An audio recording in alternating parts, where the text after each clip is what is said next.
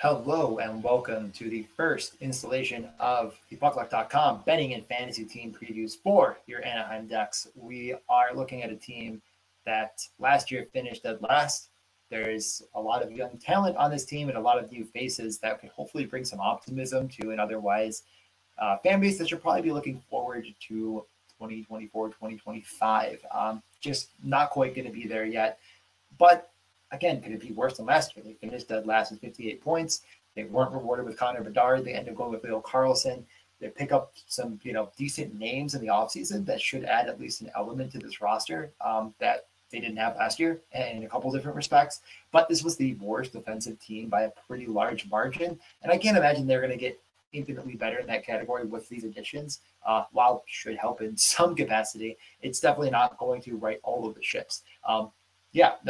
Not a good team. But let's kind of get into what next year could look like. So we look at the puckluck.com point projection at 69, which would be a very large, 11-point swing in the right direction. While that sounds well and dandy, that still leaves them 20 plus points probably out of the playoffs if they hit that projection. With the floor being 51 and the ceiling being 79, none of those sound good to me for them again making the playoffs. So I'm expecting this to be a pretty bad year again for the Ducks. I think this is accurate, but I almost shade under our projection myself. The goaltending I don't think is going to be very good. The defense, while improved, would need to be quite a bit better for them to really hold the stick to many of the teams in their division. I think that this is just going to be probably not great for the Anaheim Ducks. We're going to look at the odds per DraftKings Sportsbook. They have them at 67.5 points. So you might be saying, so do I bet the over? I say no. At minus 115 to lock up any amount of money for an entire season on the Anaheim Ducks being good feels pretty thin to, again, egregious. I just don't really know why you would do that for such a micro edge, which, again, I don't even know if I fully believe is accurate. The odds to win the Stanley Cup has them at 250 to 1. Just insane. I mean, we have that 1,000 to 1. It's just unbettable to win the division. Get a life, and to make the playoffs. It's like, okay, I guess that's where Puck Luck is saying, hey, maybe better than 17 to 1, 11 to 1. You're about the Anaheim Ducks to make the freaking playoffs. I mean, no, you're not, unless if you're out of your gourd. So overall, nothing to bet here, in my opinion, at all. Just fade all of this. Don't even look at it again. We'll be happy you did so. We're going to shift over to some player point projections. The only player point projection that even exists on the sportsbook is Trevor Zegras, which we have at 83 as his absolute peak and 53 as more of a projectable point total. He's very conveniently priced at 67.5, which was very easy to remember considering that's their actual team point total. Yeah, I think the under's in play. I mean, anything could go wrong as far as, an injury that could derail him, and we already have it as a projectable under, so it's bettable. But again, are you really going to lock up a ton of money on a point total under that feels, fine? You can. It's up to you.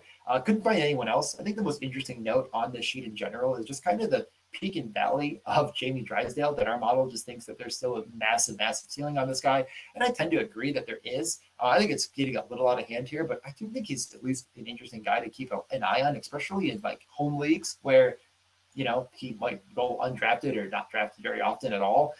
Definitely keep an eye on him, and maybe even in Best Buck. Take a look at their whole roster and the projected lines. Adam Henrique with Zegras and Strome, bit of last year. Again, trying to maybe boost the stock of Henrique and Strome, who could get traded this all, during the season. They go with Mason McTavish and Troy Terry again with Killorn. It might boost the stock in Mason McTavish if in training camp he's with Troy Terry, especially in the Best Puck space. I just think that, like, if you're taking Mason McTavish over guys like, Brock Nelson and et cetera, you're kind of just, taking a correlation that isn't actually a better play. So I really think Terry and Zegras are the only viable Best Puck options. Maybe in deeper leagues, McTavish can fit into the, into your roster in general.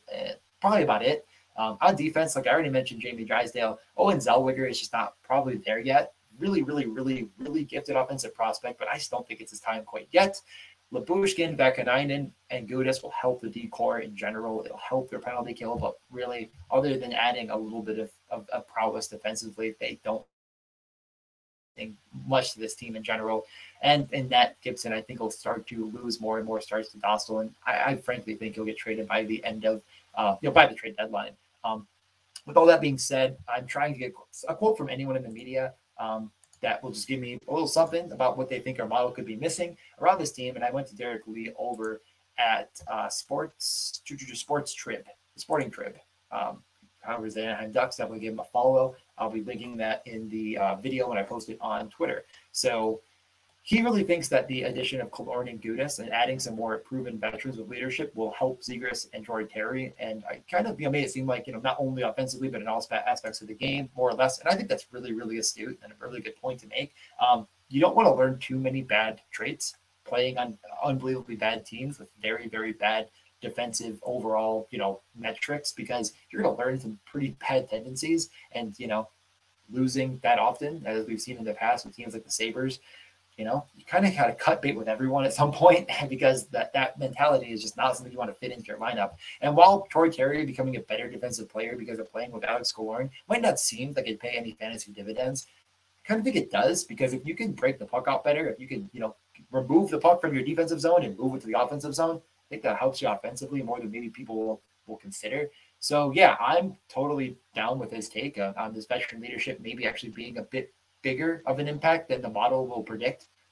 Aging curve will hurt Killorn and hurt Gudas, but that's really not everything for the players around them. It's not like their aging curve automatically hurts Troy Terry and Trevor Zegras. It could help them. So I like the take, and it definitely, might give them just a bit more of a shade in the right direction than a model will predict.